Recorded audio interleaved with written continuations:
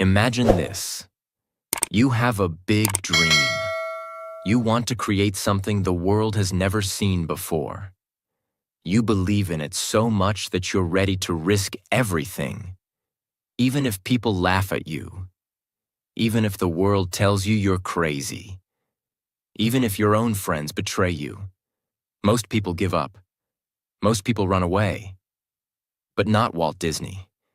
He was fired for not being creative enough. He went bankrupt. He was betrayed, rejected, mocked, and left with nothing. But instead of stopping, he created Mickey Mouse. He built the Disney empire, and he turned dreams into a billion-dollar reality. This is not just a story of cartoons. This is a story about life, pain, imagination, and unbreakable belief. If you're struggling, if people don't believe in you, if your dreams feel too big, watch this story till the end. It will change the way you think.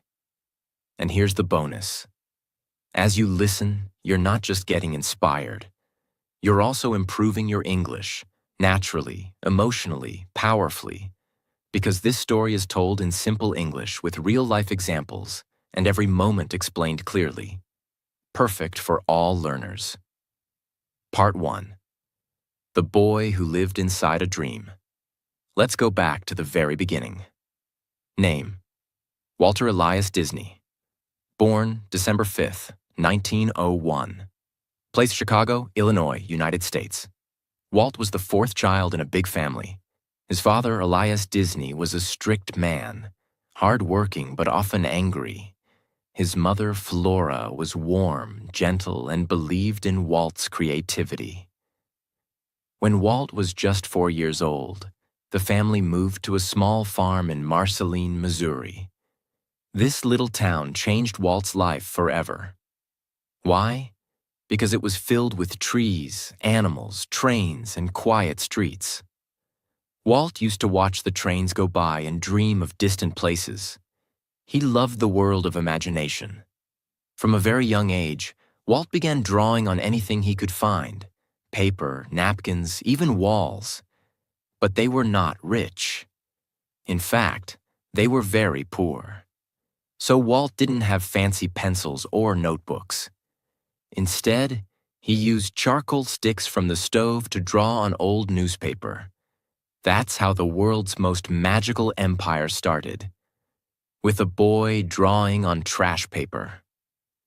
One day, a neighbor saw Walt's drawing of a horse and offered him 5 cents to draw one for her too. That was Walt's first money as an artist. Walt hated school. Why? Because it didn't allow him to imagine. It was boring, repetitive, and strict. He would often daydream, sketching funny characters in his books. His teachers scolded him. His father said drawing was useless. But Walt didn't stop. Walt's family was very poor. His father struggled to keep jobs. Walt and his brother Roy had to work even when they were children. At age 10, Walt delivered newspapers every morning at 4 a.m., even during the freezing winters of Missouri. He didn't have warm clothes. His hands would bleed from the cold. Sometimes he fainted from exhaustion at school, but he kept drawing. That was the only thing that made him feel alive. When World War I began, Walt wanted to serve, but he was too young to join the army. So he forged his birth certificate to say he was older and joined the Red Cross Ambulance Corps. At age 16, he was driving ambulances in France, far from home. Even there, surrounded by wounded soldiers in war, Walt decorated his ambulance with cartoons. He drew funny characters on the side to make the soldiers smile. This shows you who he truly was. Even in war, he wanted to bring joy to others. After the war, Walt returned to America and said, "Now I will become an artist." He started working at a commercial art studio in Kansas City, drawing ads for newspapers. But that job didn't last long. Walt had bigger dreams. He wanted to make moving cartoons, something people had never seen. He started his first company with a friend called Laughogram Studios. They created little fairy tale cartoons. People loved them, but Walt made a big mistake. He focused only on creativity, not on money. He gave away cartoons for free, trusted too many people, and didn't have a business plan. Soon, he was broke, alone, and sleeping in his office. He had just $40 left, no food, and no support. But instead of crying, he packed a small suitcase, borrowed $500, and took a train to Hollywood. He believed that his real story had just begun. Every great dream starts with the poor boy who refuses to stop dreaming. Walt didn't have money. He didn't have support, but he had a pencil, a dream, and the courage to keep going. Walt Disney stepped off the train in Hollywood with nothing but a small suitcase, a drawing pad, and a heart full of dreams. It was 1923. He was just 21 years old, had only $40 in his pocket, and knew no one. He had already failed once in Kansas City. He had lost his studio, his savings, his equipment, and his team. But what he didn't lose was his belief. Walt believed that the world needed something new, something more than black and white silent films. He wanted to create animated characters that people could fall in love with. Not just cartoons, but real emotions, real stories. Walt moved in with his Uncle Robert. He lived in a tiny room and paid $5 a week for rent. He had no office, no studio, no team. So he set up a camera in a garage and began creating a new cartoon character called Alice, a little girl who lived in a cartoon world. He sent the short film called Alice's Wonderland to a company in New York called Margaret Winkler Productions. To his surprise, they loved it and offered him a contract. But here's the thing. Walt needed help. He couldn't do this alone. Walt called his older brother Roy, who was recovering from tuberculosis in a veterans hospital. Roy believed in Walt. He always had. So even though he was sick and had no money, Roy said, "Let's do it together, Walt." That's how they formed the Disney Brothers Studio, the company that would later become the Walt Disney Company. They set up their tiny studio in a back office at 4651 Kingswell Avenue, Los Angeles. The rent was $10 a month. They worked day and night, sleeping very little, hand-drawing every single frame. Alice became a small success. Not big money, but enough to survive. Walt felt hopeful again. But destiny had another test waiting. In 1927, Walt wanted to create a new character, something fun, happy, and full of energy. That's how Oswald the Lucky Rabbit was born. Oswald had big ears, long legs, and a funny smile. He quickly became very popular. Audiences loved him. But Walt had made one big mistake.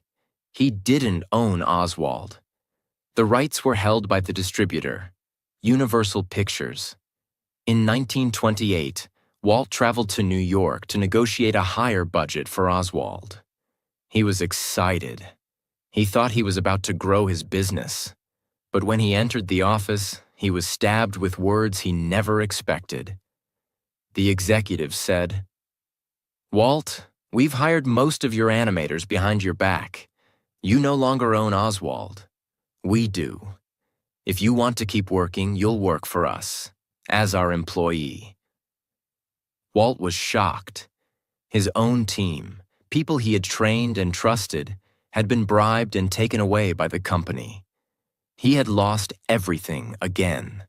No characters, no studio, no team, no money. He walked out of that building silent, with tears in his eyes. Most people would have given up right there. But Walt didn't. Walt boarded the train back to California. His heart was broken. His company was falling apart. His dreams were stolen. Again. But he didn't let that train ride become the end of his story. Instead, he let it be the beginning of something unforgettable. He sat down with a notebook and started drawing. He thought, "They stole my rabbit. I'll make a mouse, a happy mouse, a smart mouse, a mouse who never gives up, just like me." And there, on that train ride, Walt Disney created Mickey Mouse. Walt knew this time he had to protect his creation. He and Roy quickly filed copyrights for Mickey Mouse under Walt's name. No one could steal him now. But there was a problem. No one wanted to buy the cartoon. Mickey was too new, too different, and Walt had no money to promote him. He kept going anyway. They released a short cartoon called Plain Crazy, but no one noticed. Then came The Gallopin' Gaucho. Again, very little attention. Walt was running out of time and money. So he took a risk. He added something no cartoon had ever done before: sound. In 1928, Walt released Steamboat Willie, the first ever cartoon with synchronized sound. It wasn't just sound effects. The characters spoke. They laughed, whistled, and sang. Audiences were blown away. No one had ever seen anything like it. People lined up around the block to watch this funny little mouse on a steamboat. Mickey Mouse became an instant superstar. Just like that, Walt Disney, the man who had lost everything twice, was back on top. Walt began creating more Mickey Mouse cartoons. They were distributed to theaters and shown before movies. Each short film brought in thousands of dollars. Walt and Roy finally had profit. They hired more animators, bought better equipment, and opened a proper studio on Hyperion Avenue in Los Angeles. But Walt wasn't satisfied. He didn't want to just make cartoons. He wanted to build a world, a place where imagination had no limits. When everything was taken from him, even his own creation, Walt didn't cry, complain, or quit. He went back to the drawing board and created something better. They stole his rabbit. He gave the world a mouse. And that mouse became a legend. This part of Walt's story is not just about cartoons. It's about how to fight back after betrayal, how to protect your dream, and how to create something unforgettable when you're broken. Part 2. The Mouse Who Conquered the World. And a Dream That Nearly Killed Him. After the world fell in love with Mickey Mouse through Steamboat Willie, Walt Disney was finally climbing out of darkness. The betrayal of Oswald still hurt.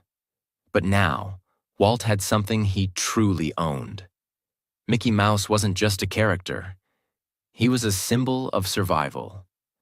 A little mouse with a big heart. And Walt wasn't just drawing cartoons anymore. He was quietly building an empire. With the money from Mickey Mouse cartoons, Walt and Roy bought a new office on Hyperion Avenue in Los Angeles. It was small at first, just a few rooms, a few desks, and a small team. But Walt treated it like the beginning of a kingdom. He hired more animators. He pushed them to be better, to do things no one had ever done. He wasn't focused on short-term success. He was obsessed with what could be possible. And that's when he started dreaming of something much bigger. Walt didn't stop at Mickey. He gave Mickey a girlfriend, Minnie Mouse, and she quickly became loved by fans all around the world. Then came more characters. Goofy, the silly dog who was always clumsy. Pluto, Mickey's loyal pet. Donald Duck, the angry, funny duck with a loud voice. Each one became iconic. But here's something most people don't know. Walt Disney voiced Mickey Mouse himself in the early years. Yes, that cheerful, squeaky voice, that was Walt's own voice. He wasn't just the creator. He was Mickey. As Mickey's popularity exploded, Walt and Roy began licensing the character. They started with small things: pencils, lunchboxes, notebooks, and watches. Then came Mickey Mouse dolls, books, posters, even clocks and toys. Soon, Mickey Mouse merchandise was earning over $1 million a year, which was a massive amount of money in the 1930s.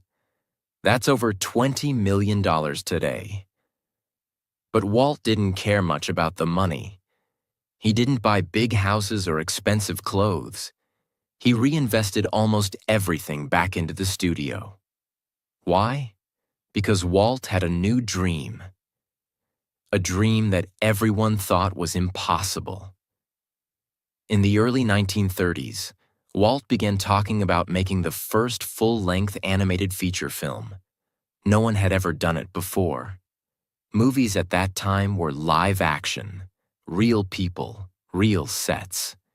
Cartoons were just short, funny clips, usually 5 to 7 minutes long. When Walt told people he wanted to make a 90-minute animated movie, people in Hollywood laughed. They called it Disney's Folly. Even Roy and his wife Lillian Disney were worried. Why? Because it was going to cost more than $250,000. And that was just the early estimate. For comparison, most animated shorts cost under $20,000. But Walt didn't care. He said, "This is going to change the world. People will sit down and cry over a cartoon."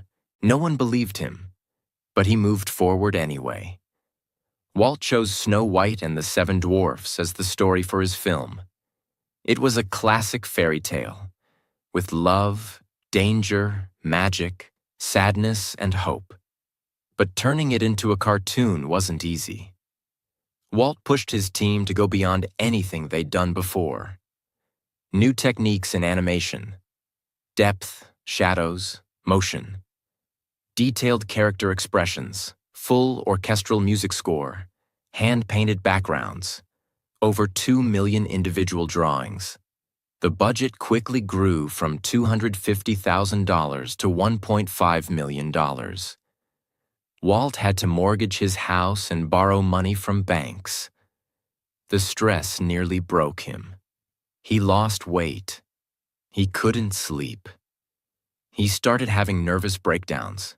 People around him were terrified.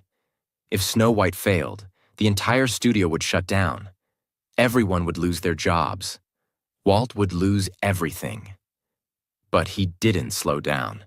He said, "This is not a cartoon. This is a story about the human heart." The premiere of Snow White and the Seven Dwarfs took place at the Carthay Circle Theater in Los Angeles. The audience was full of celebrities, critics, filmmakers, all curious, some still mocking the idea. But as the movie played, the theater went silent. People started crying during the sad scenes. They laughed, they gasped, they cheered. At the end, they gave Walt Disney a standing ovation. Many had tears in their eyes. A cartoon had made grown men cry. A cartoon had told a real story, with emotion, pain, love, and joy. The impossible had happened. Snow White was a massive box office hit. It earned over $8 million. In the middle of the Great Depression. That's more than $160 million today. It became the highest-grossing sound film at that time. Walt paid back every loan. He gave bonuses to his team. He bought new land and began building a bigger studio in Burbank, California. But most importantly, he proved that animation was not just for kids. It was an art form. In 1939, Walt was given a special Oscar for Snow White. 1 full-size Oscar and 7 miniature ones representing the dwarfs. But he didn't stop there.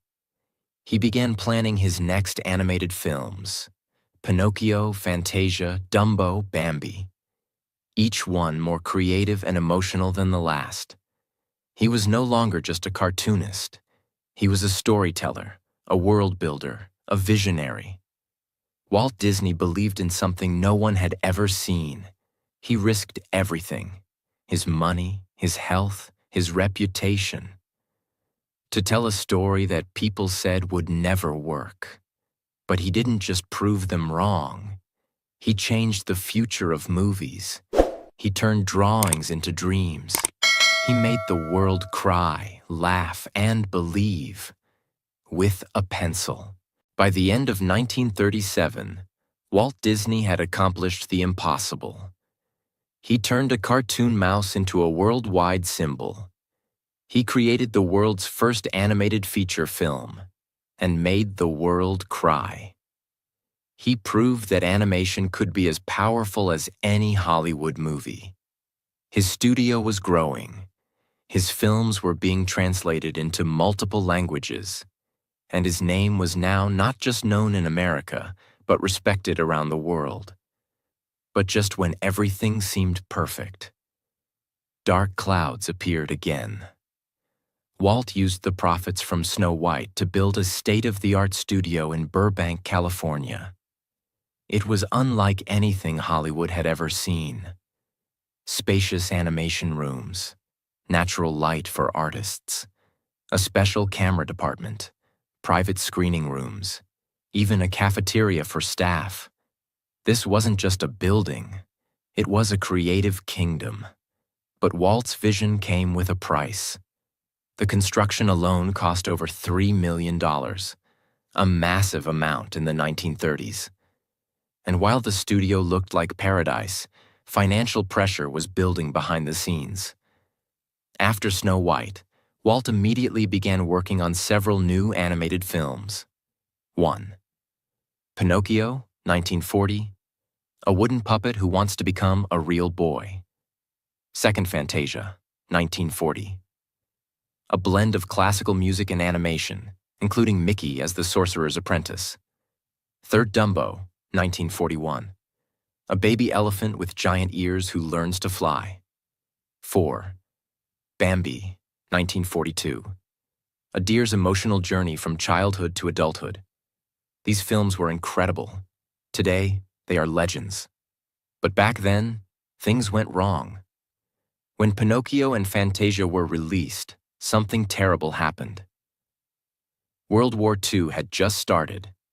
As war spread across Europe, many international markets shut down. That meant fewer theaters, lower ticket sales, and millions of dollars lost. The studio had borrowed heavily to fund these films. Now, the company was struggling to survive again. Walt was devastated. These were his best creations, but the world was too busy fighting to watch cartoons. He refused to blame the world. Instead, he worked harder. But soon, he was about to face one of the darkest moments of his life. Not from outside, but from inside his own studio. Walt always saw himself as a leader, not a boss. He thought his studio was like a family. He believed he treated his artists well. But not everyone felt the same. Some animators were paid much more than others. Some worked long hours without fair recognition. And during the financial crash, Walt had cut salaries, but not his own. Tensions started to grow quietly. Then, on May 29, 1941, more than 300 Disney employees walked out of the studio. They were holding signs that said, "Disney unfair. Mouse is a rat. Don't smile with Mickey." Walt was crushed. He had spent years building something magical. Now he was being called a monster by the very people he gave jobs to. The strike went on for weeks. Walt was under pressure from newspapers, studios, investors, and even the U.S. government to settle the conflict. He was also emotionally breaking. This was not just about business. For Walt, This was personal. He felt betrayed, misunderstood, and deeply alone. So his doctor, and even his wife Lillian, told him to step away. He needed distance. That's when Walt accepted a government invitation to travel abroad as a goodwill ambassador to Latin America. He left the company in Roy's hands. For the first time in years, Walt Disney stepped away from the studio he built. During World War II, the Disney studio stopped most of its feature film work. Instead, they made military training films, war propaganda cartoons, and public safety animations. Mickey Mouse, Donald Duck, and Goofy were shown in army uniforms. These cartoons weren't about fun. They were about helping soldiers and educating the public. The U.S. government paid Disney to make these films, which helped the studio survive financially during the war. Walt didn't enjoy it, but he did it because he believed in supporting the country. And he knew. To dream again, first we must survive. Even while his studio was doing war work, even while he was recovering from betrayal, Walt was thinking about something completely new. He had noticed something during his travels, and even while visiting small amusement parks with his daughters, Diane and Sharon. He hated how dirty, cheap, and boring they were. He thought, what if there was a place where families could go together, where dreams felt real, where stories came to life? An amusement park, but like nothing anyone had ever seen. A place where people didn't just watch the magic. They lived inside it. That idea began to grow quietly inside him, while the world saw Mickey, Pluto, and Goofy on screen. Walt was secretly sketching castles, rides, worlds, and lands on napkins and notepads. People thought he was just recovering from stress. But what he was really doing was building the future.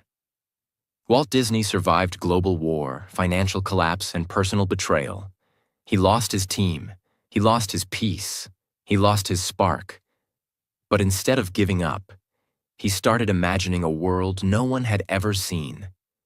When people expected him to retire, he began dreaming harder than ever. Because that's who Walt was.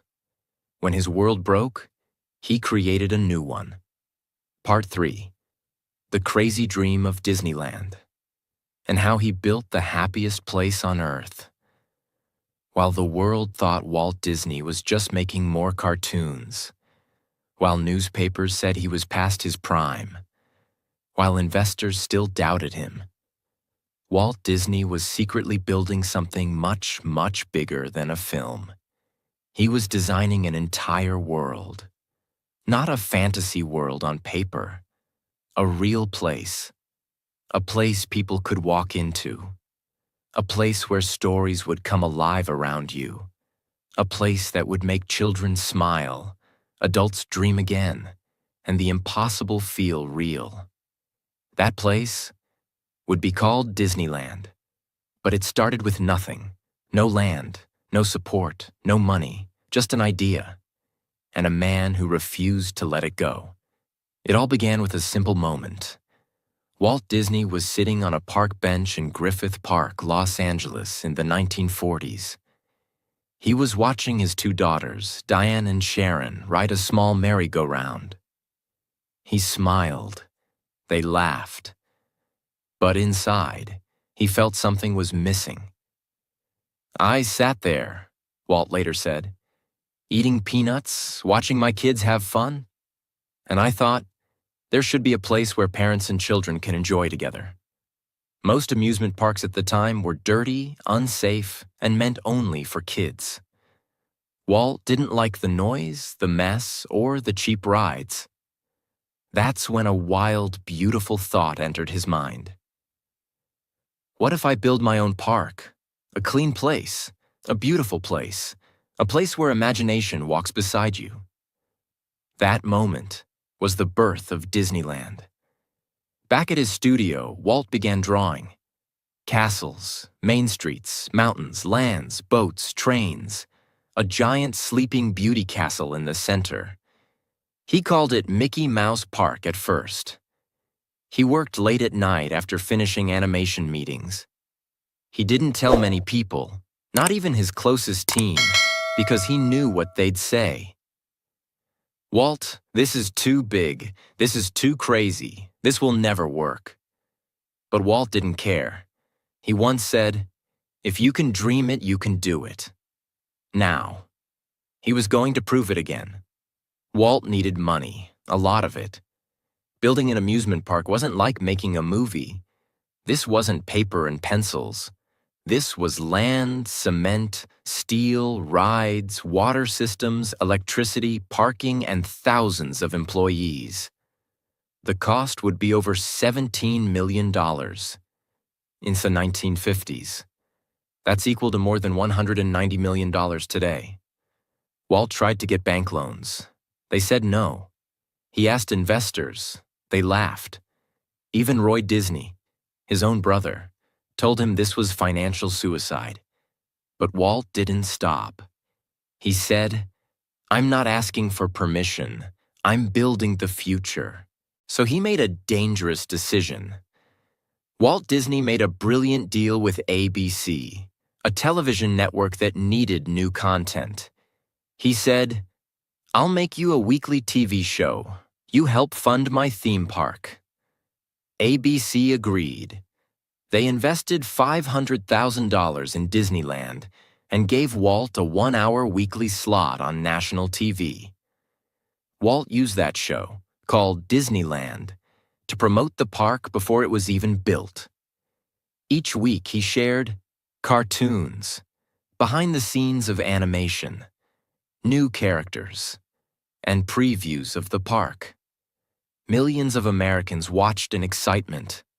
No one had ever marketed a theme park on TV before it even existed. Walt was now raising money and building a fan base at the same time. He sold life insurance, mortgaged his home, borrowed money from friends, and risked everything he had built over 30 years. All for a dream. Walt chose a 160-acre piece of land in Anaheim, California. At the time, it was full of orange trees and farmland. People thought he was crazy. Anaheim was far from Los Angeles. There were no freeways, no hotels, no tourism. But Walt saw what no one else saw. One day, this will be the heart of joy. He bought the land for $879,000. Then construction began, and nothing was easy. Disneyland was built in just 1 year, between 1954 and 1955. But almost everything went wrong. Water pipes broke. Heat waves destroyed concrete. The castle roof caught fire once. Workers fell behind schedule. Rides broke during tests. Contractors quit halfway through. And Walt kept changing designs. Even after walls were built, the workers called it Walt's nightmare. But Walt kept walking the site every day in a hard hat, sweating under the sun, pointing, fixing, encouraging. One worker said, "You didn't want to disappoint Walt." Even when he was tired, his eyes were still dreaming. The big day arrived. More than 28,000 people showed up to Disneyland's opening day, even though they had only planned for 15,000. Counterfeit tickets were sold. Traffic was so bad, cars were stuck for 7 miles. Rides broke down, food ran out, bathrooms overflowed. High heels sank into the fresh asphalt because it was still hot. The media called it Black Sunday. Some said the park would fail within a year. But Walt said nothing. He simply fixed everything. Within weeks, the problems were solved. Within months, crowds kept growing. And within a year, more than 3.5 million people had visited Disneyland. Disneyland was a miracle. It had themed lands like Main Street, USA, a vision of Walt's childhood town. Adventureland, with jungle cruises and wild stories. Fantasyland, home of Peter Pan, Snow White, and Sleeping Beauty.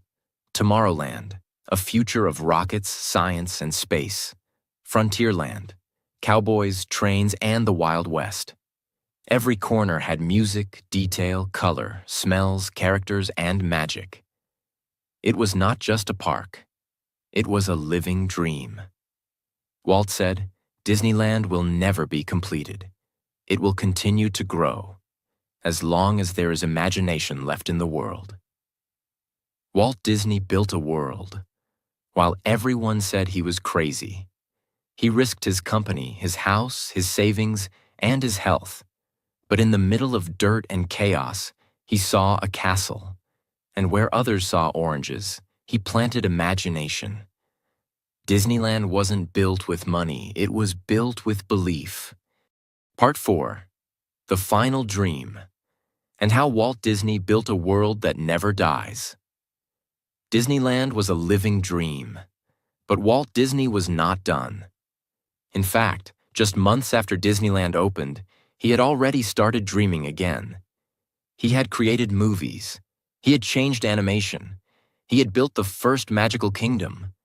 But now, he wanted to create an entire city, a city of the future, clean, safe, organized, full of technology, parks, public transport, and opportunity.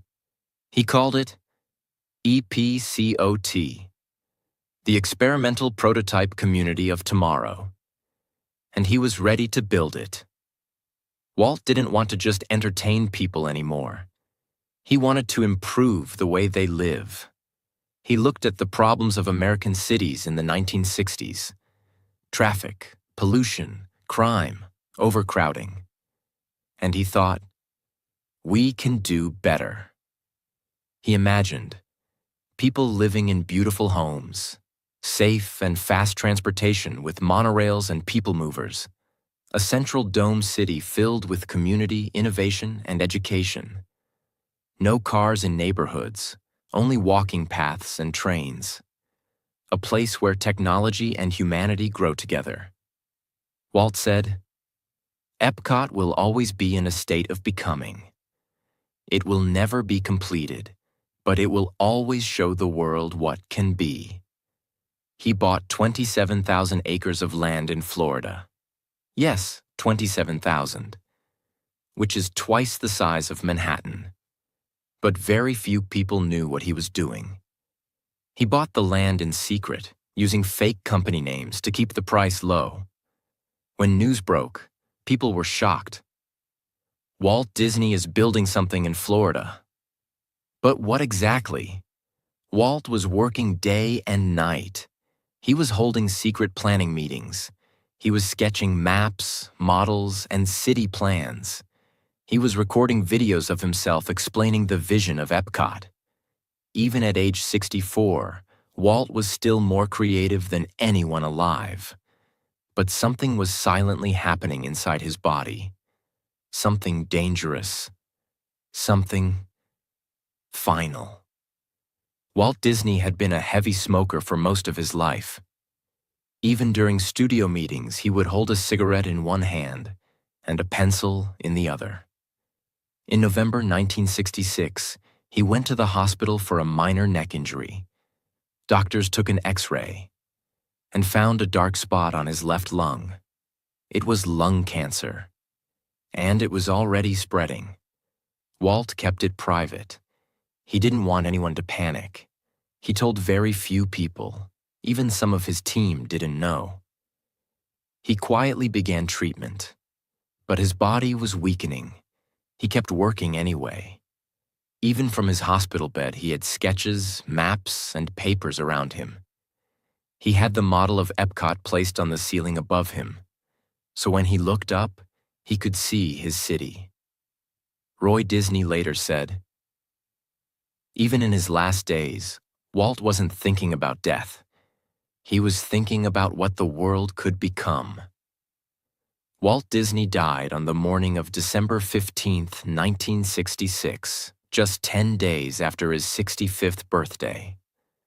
The man who changed childhood, cinema, storytelling, and imagination closed his eyes quietly in a hospital room in Los Angeles. No big ceremony, no speeches, no cameras, just silence. The newspapers announced his death with shock. Some headlines read, "Walt Disney, father of Mickey Mouse, dies. The world has lost its greatest dreamer." Even President Lyndon Johnson gave a statement saying, "Walt Disney brought joy to the lives of millions."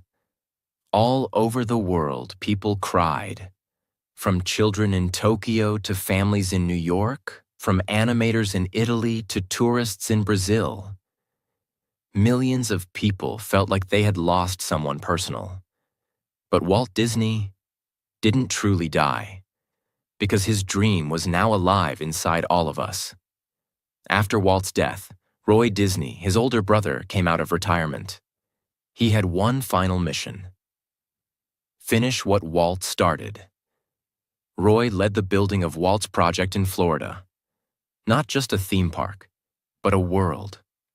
On October 1st, 1971, the gates of Walt Disney World opened. It was 5 times bigger than Disneyland, a full resort, a castle twice the size, lakes, hotels, trains, golf courses, transportation systems. Roy made one powerful decision. He renamed it Walt Disney World, not just Disney World, because he wanted the world to remember who dreamed it first. Then, just 2 months later, Roy Disney passed away too. The 2 brothers who built an empire from pencils and paper were now gone. But they left something behind, something unstoppable. Today, the Walt Disney Company is worth over $180 billion. Owns Pixar, Marvel, Star Wars, National Geographic, Hulu, and more. Operates 12 theme parks across 6 countries. Has created over 750 films and shows.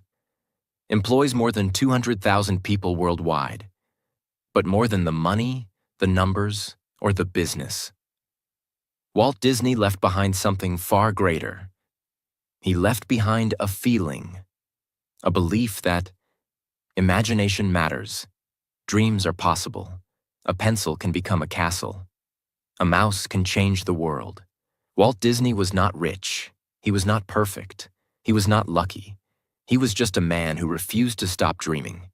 He was fired, rejected, stolen from, broke, depressed, betrayed, sick. But still, he believed. When the world laughed, he imagined. When the money ended, he borrowed. When his body failed, he kept drawing. And when death came, he left behind an empire of dreams. If you're listening to this right now, here's what you must remember. You don't need to be born lucky. You don't need to have everything figured out. You just need one thing: a dream that is bigger than your fear. And if Walt Disney could build all this, with broken pencils, empty pockets, and a heart full of belief, then what's stopping you? If you listen to this story from part 1 to part 4, congratulations. You just learned hundreds of powerful English sentences naturally. That's how you improve. By listening to real stories, told with emotion, and learning with your heart, not just your brain. If this story moved you, if you felt something inside, if it gave you courage, hope, or imagination, then please like, share, and subscribe. Not for me, not for the channel, but because someone out there needs this story today, just like you did. Let them hear it. Let the dream continue. Because in the words of Walt Disney himself, it's kind of fun to do the impossible.